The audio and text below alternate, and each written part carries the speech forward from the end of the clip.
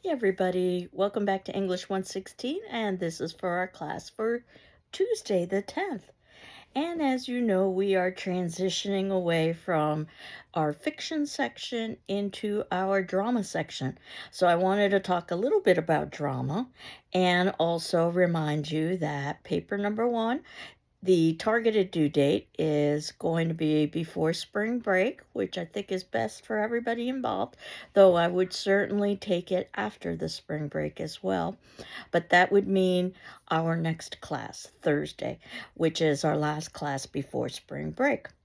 And we talked a little bit about the conventions of writing a paper. We talked a little bit about the topics that you could choose. And as you know, you are able to do a revision of paper number one for a higher grade. So I view paper number one as a learning exercise. And there are examples of how to write a paper in our textbook. That was part of the earlier set of readings we did this semester. And last class, I had uploaded a handout and reviewed some of the conventions as well. So, in terms of reading drama, the good news is that it's similar to what we've been doing with reading fiction, but there are some differences when you're reading drama because ultimately drama is meant to be performed. And we will see three performances. Ideally, you would see a drama performed live. Logistically, that's too difficult. So we will see filmed versions, which is not necessarily a bad thing for a literature and film class. But watching a performance is never a substitute for reading, and reading is never a substitute for watching. You've got to do both, in effect, because what we've got are three dramas that are so complex that we are going to miss a lot if we're just watching performance. We need to read it. But by reading it, we don't get it visualized, and that is going to remove us from the story itself. The best you can do when you're reading a drama is to pay close attention to the stage directions. They're oftentimes in italics. And the reason why is because these are the pieces of information given by the playwright as to how the play should be produced. Sometimes the stage directions are very minimal and sparse or even non existent. Sometimes they are incredibly detailed and as literary as the text itself. We will see both over the course of our drama unit. Spend some time when you are reading visualizing what the characters might look like.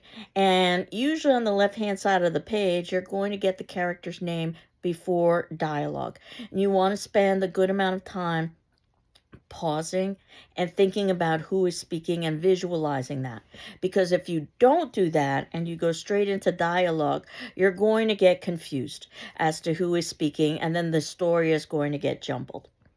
Now, the textbook gives you an example of a very short drama. It's only one act. So basically, it can easily be turned into a short story. And in fact, the textbook does turn it into a short story to indicate how similar and different short story is from something like a drama.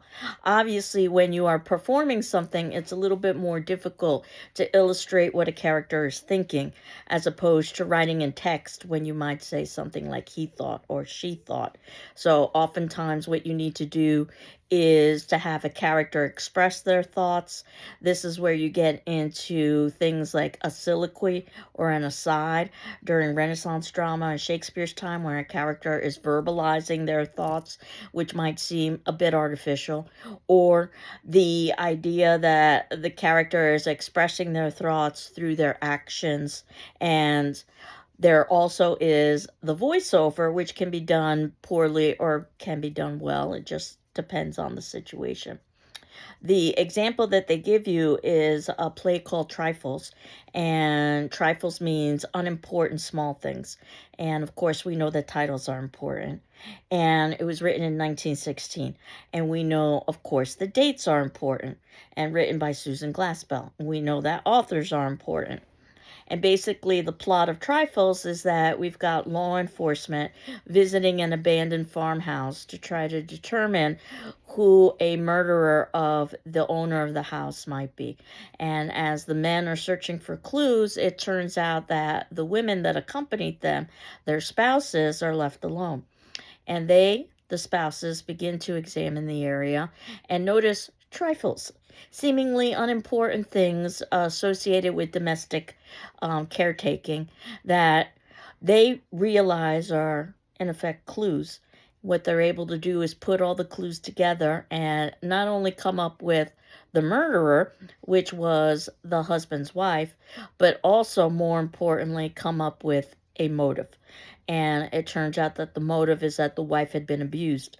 So ultimately, the husband went too far by killing the one thing that she loved more than anything else, her pet bird.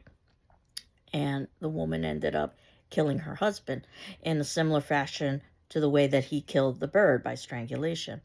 And then the women have a decision to make. Should they share this information with law enforcement, who are also their spouses, or should they keep it to themselves?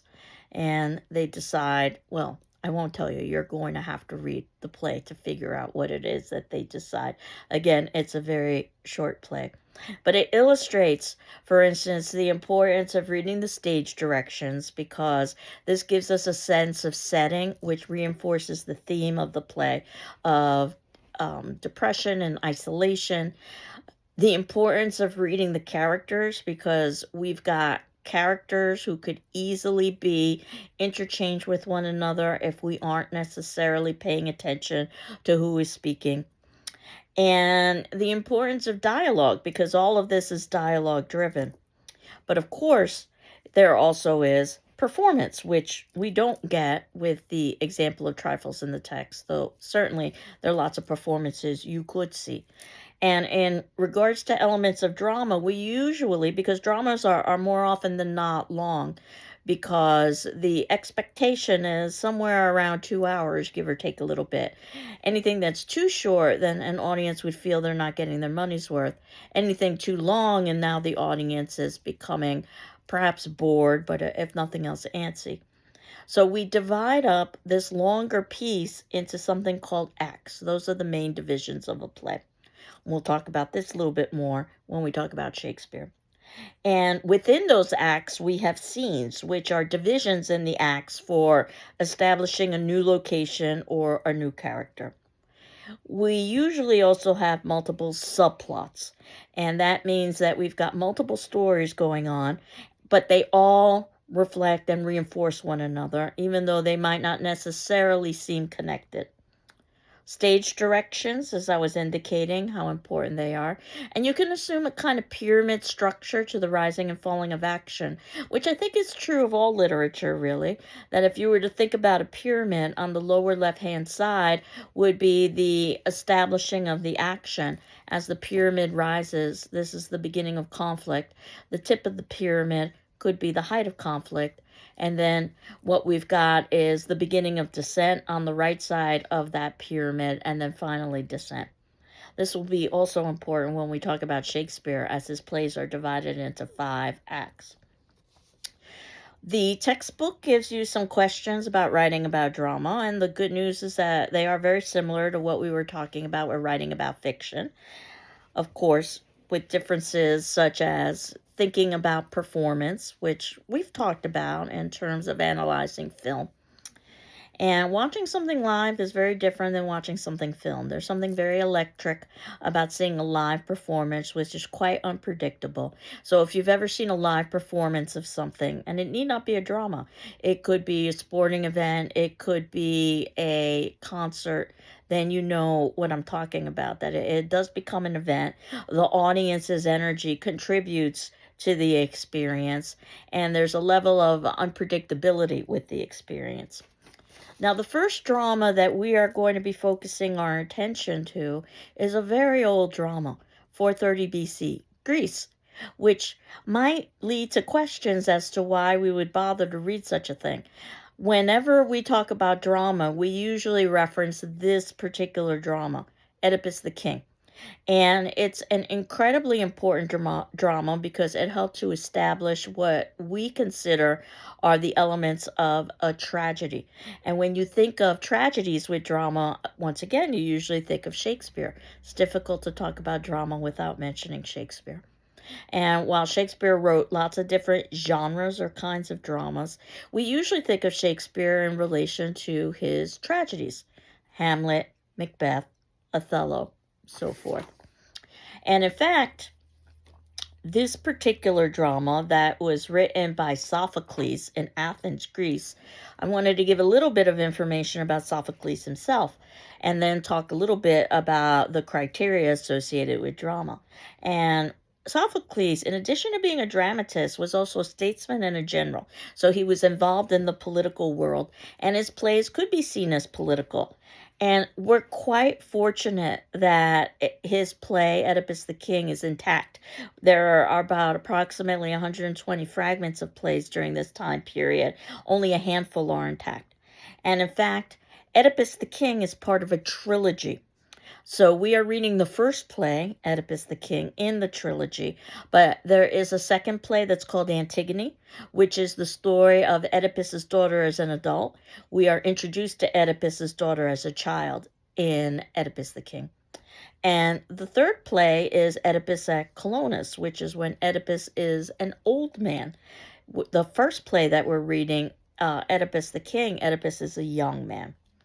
And Sophocles was considered rather revolutionary in terms of how he approached drama because he added a third actor on the stage at the same time. Now, the Greek amphitheaters were huge. They could seat up to 14,000 people, and they were usually carved into stone. They are marvels of acoustics. I've never seen one in person. That's on my bucket list. But I've certainly seen many videos and I've certainly seen many pictures. And it's just easier to differentiate two characters on stage than it would be to differentiate three characters on stage, which is why the convention was to have two characters on stage. But Sophocles added a third. And in fact, talking about conventions, there were all kinds of unusual conventions for performance because of the limitations of the stage. So even though it was a marvel of acoustics, there still could be difficulty with hearing, which is why there was a convention known as the chorus. If you know Broadway plays, then perhaps you're familiar with the chorus. You have a group of individuals not singing, which is what we might experience today in a chorus. Instead, they're chanting, much like Gregorian chants. And the chanting served as a kind of musical score. And those individuals in the chorus could represent the community, so they could be experiencing action, but they could also serve as narrator and comment on the action. And everyone in the chorus would have stylized movements, and they would all try to move in unison. In addition, the actors themselves would wear these large masks that would help differentiate them, and large costumes, usually we think padded, bright colors, and platform shoes. So they would appear larger than life on the stage, again, to help differentiate them. And the stage, the theater, was viewed as not just a place for entertainment, but a religious festival to the god Dionysus, the god of wine and fertility. Remember, this is a society of gods in the plural, as opposed to God in the singular. And performances were funded by the state because the state viewed drama as reinforcing religious and community values. So it had importance and value to the community. So that Greek amphitheater, I've got a video for you to see in the notes below so that you can get a sense as to what it might have appeared like. It's about 4 minutes long or so, but you can get a sense of its appearance and just how large it would be. And another convention of the theater, which the video talks about, is the Deus Ex Machina, which means technically God from the machine. These were mechanical stage devices to have, for lack of a better word, special effects. So you might have pulleys and ropes, let's say, to lower a character onto stage from, let's say, the heavens, or to raise a character, let's say, onto from stage to the heavens. And what Deus Ex Machina means now in contemporary times is a bit different. What it means is any kind of artificial ending to a story. For instance, ending a story in a dream so that the entire story has been negated. And sometimes it's done well, sometimes it's done poorly, but more often than not, ending an entire story in a dream is seen as a kind of cop-out. Now, the audience would know the plot of the play ahead of time. And this would also be important because people who were watching the play weren't watching it for the plot. They were watching it to have the plot reinforced. Think of it almost as a kind of religious service, if you will. When you're listening to a sermon, you might know the story, but the sermon might be delivered differently. And you might have heard of the name Aristotle, a very famous philosopher, who also was perhaps the first literary critic, who was watching plays such as Oedipus the King. And according to Aristotle, Oedipus the King, in his opinion, was the finest example of tragedy that had existed up to that point. And Aristotle determined certain criteria associated with tragedy that still follow today, though playwrights sometimes will tweak it a bit here and a bit there to suit their dramatic purposes. So, this is in the fifth section of the notes below that Aristotle had said that a tragedy should be complex, which makes sense because we've been talking about literature needing to be complex so it's worth our time for study. It needs to be terrible. That also makes sense because if it were happy, it wouldn't be a tragedy. It needs to be piteous. In other words, we need to pity the main character of the play, which for Oedipus the King would be the title Oedipus. So that gives us a clue that this is going to be our main character. In fact, the main character is known as the tragic hero. And there were criteria associated with this, again, that Sophocles had identified. Or I should say that Aristotle had identified that Sophocles had dramatized in Oedipus the King. You would have a great man, above and beyond the ordinary. That piece would be important because if a bad man had experienced some sort of a tragedy, well, we would feel that justice was served. It's also important that this great man, above and beyond the ordinary, be better than us, because if this great individual could experience a fall, then we ourselves could experience a fall that's similar or even worse in nature, because there is an instructional element to the play. And the fall occurs for two reasons. The first, it's a flaw or flaws in the main character. So there are actions that the main character takes to help bring about their descent. The biggest flaw is usually identified as hubris, which is excessive pride or excessive arrogance. But I've put flaw in the plural, I put an S in parentheses to indicate that usually the character has many character traits that contribute to their descent. That's part of the instructional element of the play, that we should not duplicate some of those errors. However, there's also something called outside forces. The word that's used in the play is fate. We sometimes use the word destiny, or we might even use the word luck. These outside sources over which we have no control. So, despite our actions, sometimes things happen, either positive or negative, that have absolutely nothing to do with our actions. And most importantly, this tragic hero will, at the ending of the play, accept responsibility for their part in the fall. And not that they were completely responsible, but they were partially responsible, in part because of their flaws in character. And we as audience would feel pity because, after all, this was a good person. And we would also feel fear because this person is above and beyond the ordinary and they can experience difficulty. That means we can experience comparable difficulty or even worse difficulty. And that the character should be necessary and the character should be probable. In other words, based on the fictional world that's created in the drama, those characters should seem realistic. So, you might have heard from psychology a term, the Oedipal complex. And basically, it was loosely based, very loosely based, on Oedipus the King. Sigmund Freud, who's considered the father of psychology, was so inspired by the play Oedipus the King that Sigmund Freud named perhaps his most famous theory after it, calling it the Oedipal complex. Again, very loosely based on the play.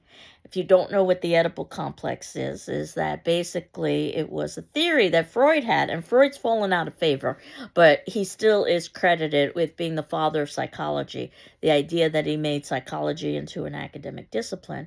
But Freud usually, if you know Freud, discussed sexual motivations and that most behavior was determined by sexual motivation.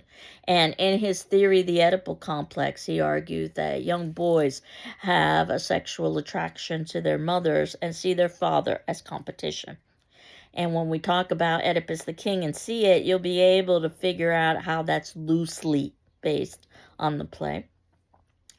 There is such a thing called the Electra complex that Freud also came up with, where he argued that girls were sexually attracted to their fathers and saw their mothers as competition. And again, this could be a very uncomfortable idea, and Freud has indeed fallen out of favor.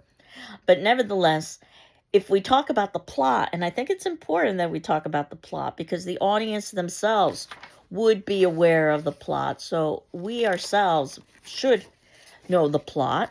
And I encourage you again to watch the video about the Greek amphitheater. It's 4 minutes long. It's in the 6th section below. And knowing a little bit about the theater will help you understand how the plot would need to be performed on a stage such as an amphitheater. But the plot is basically begins in media res, which means in the middle. So we start in the middle of the story. And in the middle of the story, Oedipus is a king, not too surprising considering the title of the drama. And his community is ravaged by plague and disease. And he, as a good king, he's a good man, is trying to solve the reason why they are ravaged by plague. The thought is that somehow the community has offended the gods. Remember, this is a community with gods in the plural. So if they can, one way or another, appease the gods, then they can eliminate the plague. So Oedipus sends out many of his inferiors to consult with oracles and prophets, which would have been common during the time, to try to determine the cause of the plague. Oedipus even sends out his own trusted brother-in-law. And the reality is everybody comes back with the same response, that Oedipus himself is responsible. And Oedipus is angered and horrified and paranoid. He's assuming people are trying to usurp him from his position. And Oedipus consults with an oracle himself. The oracle's name is Tiresias, and Tiresias is physically blind, so he can't see, but Tiresias has insight. And this is going to be a major theme in the play, who has insight, who can see or not see. And even Tiresias says that Oedipus is guilty. So as the backstory unfolds over the course of the play, it turns out that yes, Oedipus is indeed guilty. And Oedipus and all of the characters in the play learn how he's guilty. Of course, we as audience would already know this before the play begins. So that's part of the irony of the play, is that we know everything.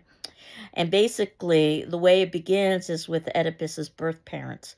When Oedipus was born, his birth parents went to consult with an oracle, quite common at the time. And the oracle indicated that Oedipus would grow up to kill his father and marry his mother. So you can see where Freud was loosely inspired.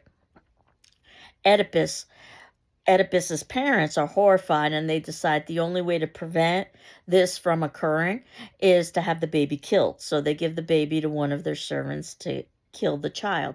And the servant takes pity on the baby and instead abandons the baby, letting fate decide its future. And it just so turns out that the baby is found by another servant from another community, and that servant brings it to the other community, and the king and queen are thrilled because they're childless. So they can't have children, so they decide that they're going to take that baby as their own and raise it as their own. And they never let the baby know that they're not the baby's birth parents. That baby grows up to be a man, Oedipus, and he consults an oracle, and he is given a horrific prophecy that he will one day kill his father and marry his mother. And Oedipus, a good man, decides that he needs to take action to prevent that. So what he decides to do is to leave his kingdom, hence his parents, so that horrible prophecy can't come to fruition. What Oedipus doesn't know is that the people he thinks are his biological parents are really his adopted parents. So, along Oedipus's journeys, now that he's left home, at one point he comes across a crossroads, which is important. It's both a literal and figurative crossroads, because his life will change here, where a chariot is basically blocking his way, and Oedipus, in a fit of anger and temper, ends up killing everyone in that chariot. And while that might seem, in some ways, confusing behavior, I had a student years ago who basically summarized it concisely by saying road rage.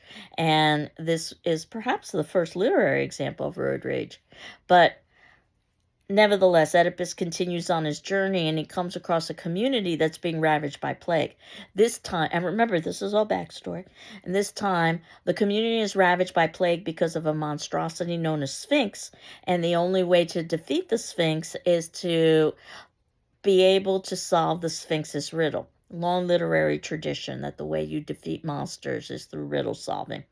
The riddle is what walks on 4 legs in the morning, 2 legs in the afternoon, 3 in the evening. No one has been able to solve the riddle, but Oedipus, who has superior intelligence and intellect, does. The answer to the riddle, by the way, is man. The morning would represent the beginning of life, and that's a baby crawling.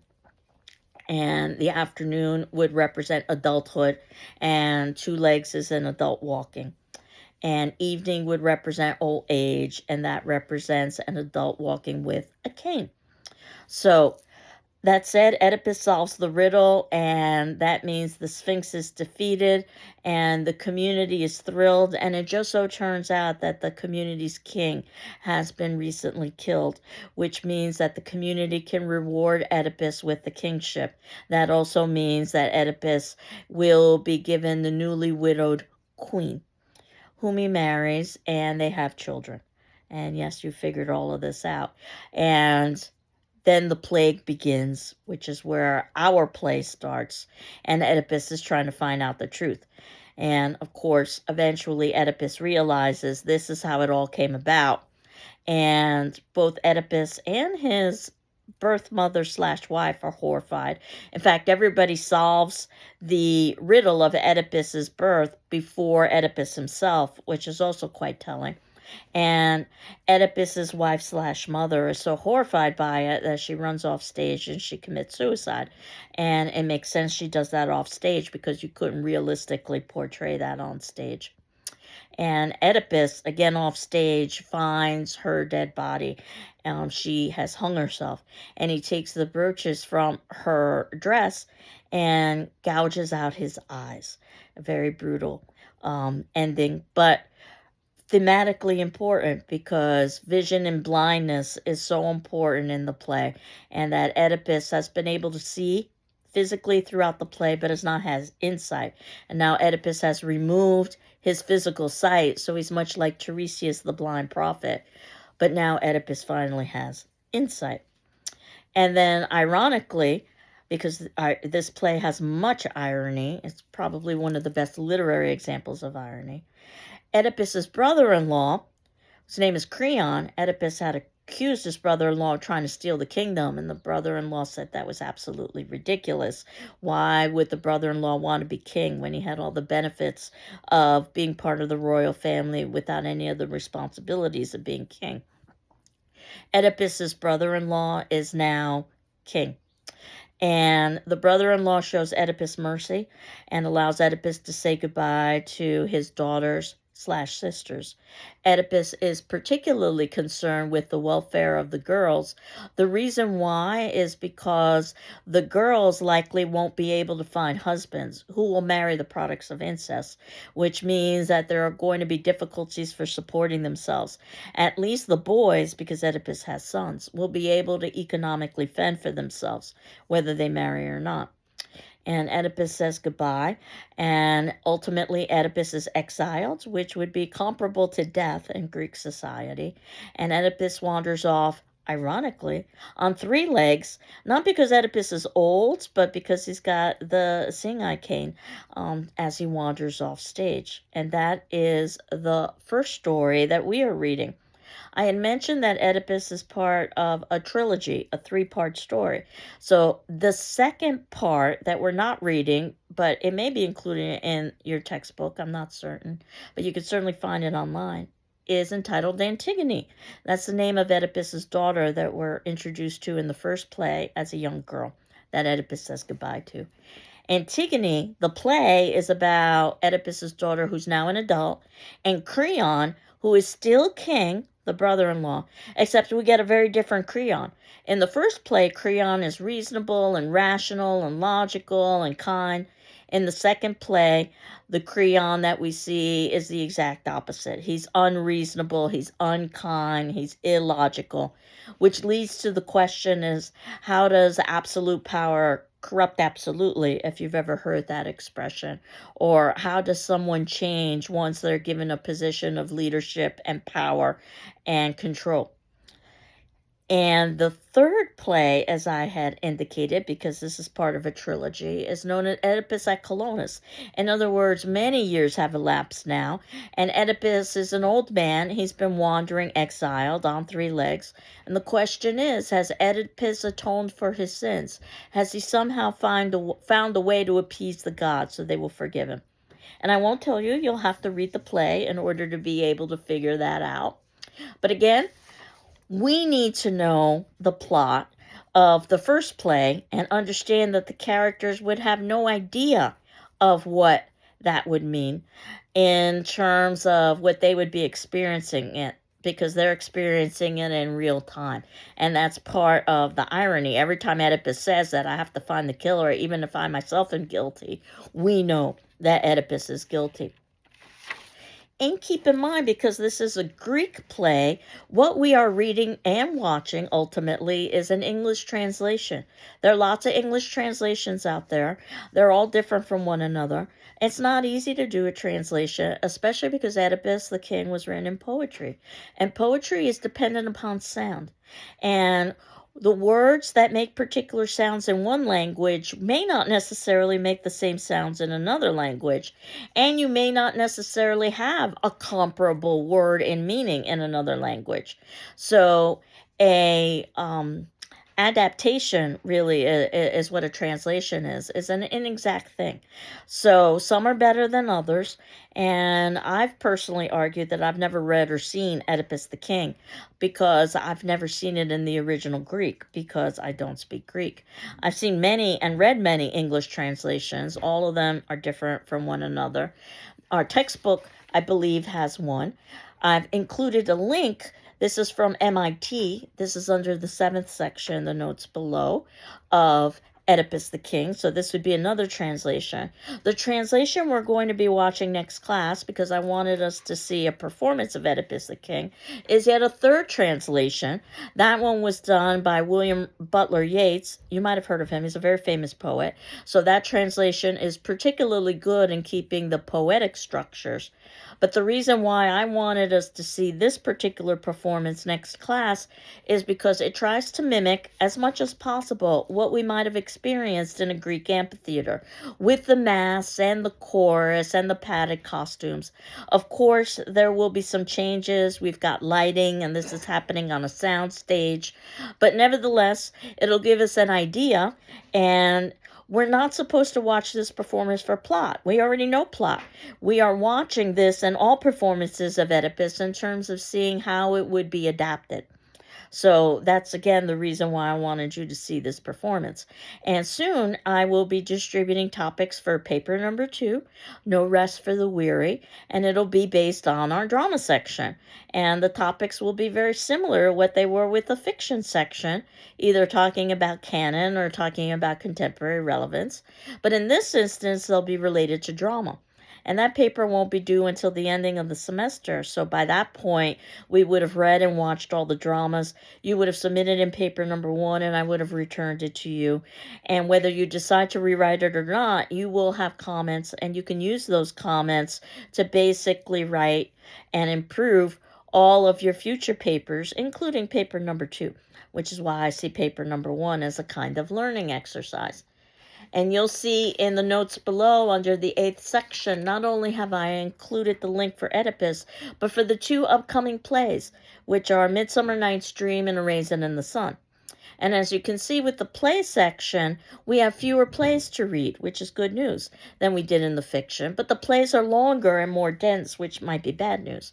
And we've got multiple classes devoted to the plays, which is why I wanted you to have the links, especially as we are approaching spring break, because it would be a good idea to have the play read in its entirety before we begin talking about it in class, even though we've got multiple classes devoted to that play, so that we can see performance and also talk about themes and literary elements and so forth.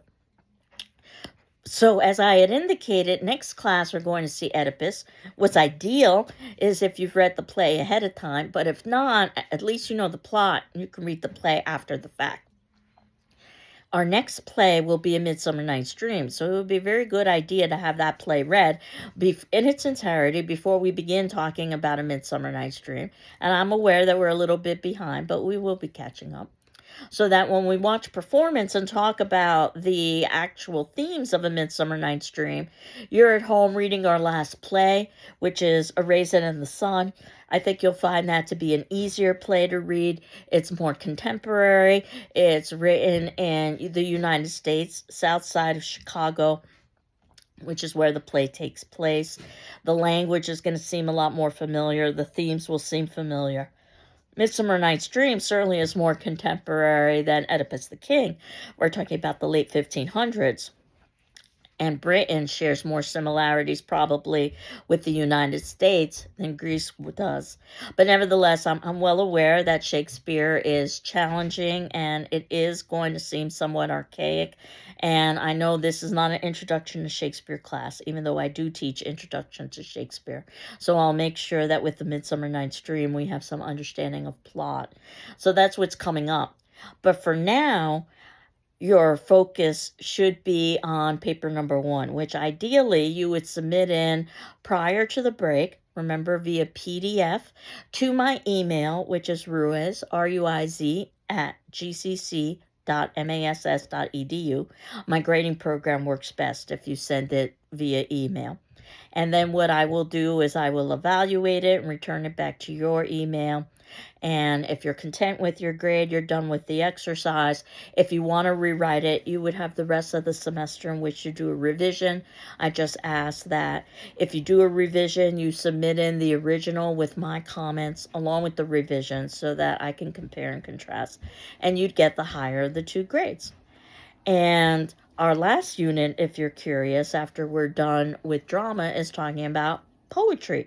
And while we will talk about poetry right up until the second to the last class, we will have the last class that could be devoted to writing about poetry. You won't have time to write a paper, but that would be the bulk of the final exam, which I'll talk a little bit more about as we get a bit closer. But basically, 80% of the final is based on poetry, where I'm going to basically have an open book, open note final. For an online class, you've got 24 hours to complete that final. For a face-to-face class, they'd have approximately 2 hours. And I expect you to spend about 2 hours working on it, not 24. And the idea is synthesizing what we've been talking about in relation to poetry. And they are essay questions, and you will have choice in that final. That's 80%, which leaves 10% for short story, 10% or fiction, I should say, and 10% for drama. And of course, those will be also open book, open notes. The entire exam is, and these will be shorter essay questions, and you will have choice within them. And as you know, this is a film class as well as a literature class, so you have the option when you're writing about these particular sections to examine a film or to examine a written text. And our films for the drama section will be Oedipus the King, A Midsummer Night's Dream, and Raisin in the Sun. And for your paper topics, you'll have the option of either talking about the film version of these plays, which would be discussing performance, or talking about the textual version of these plays, which would be talking about basically text. But again, The idea is that you can get in that paper sooner rather than later, though I would certainly accept the paper after the spring break. And for us, next class we'll watch Oedipus, but for today's class, I'm assuming that you are working diligently on the paper, so there is no attendance question. You're welcome, so that you can work on paper number 1. So we will continue on next class. I hope you're doing well. I'm doing well. Take care. Bye-bye.